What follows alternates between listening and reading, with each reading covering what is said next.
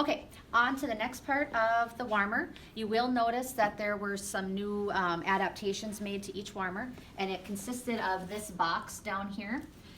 In that box, we have our red toolbox, kind of, basically it is a toolbox, that fits down there.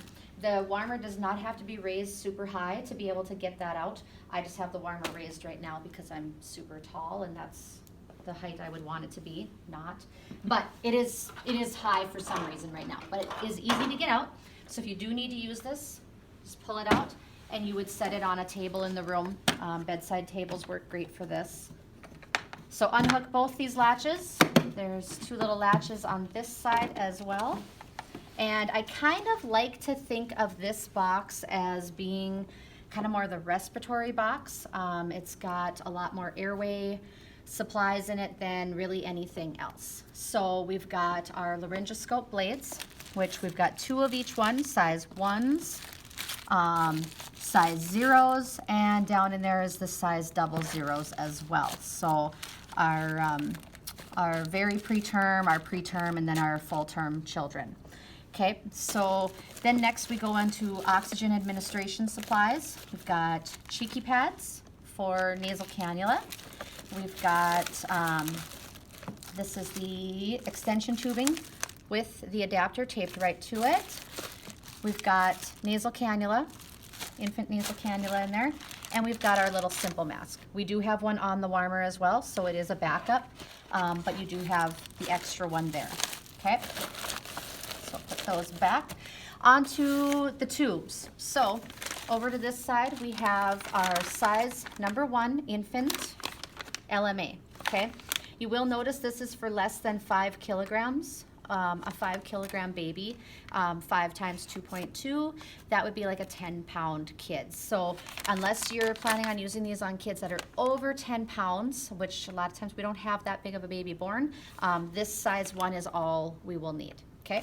So there's that in there. We also have all of our ET tubes in here.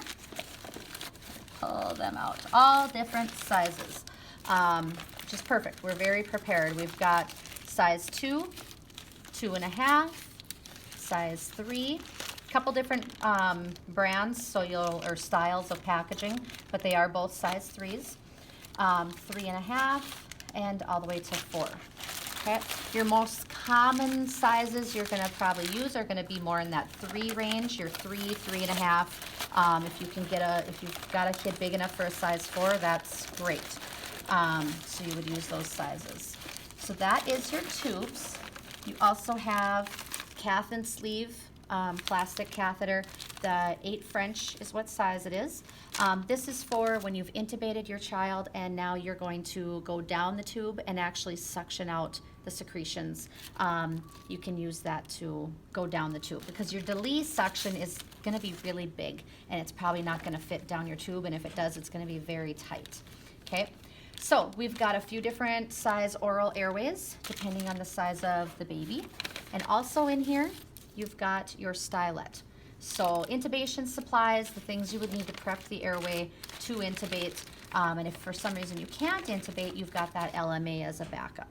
Okay, moving on to the front row, we have got our OG tubes right in here. So notice I said OG, not NG. We never stick anything down a baby's nose. We have our size 5, as you'll see. And on this one, it shows right here a size 8. So your preterm and your term. Still always try to do the 8 first if you can, but if not, you've got your 5 as your backup.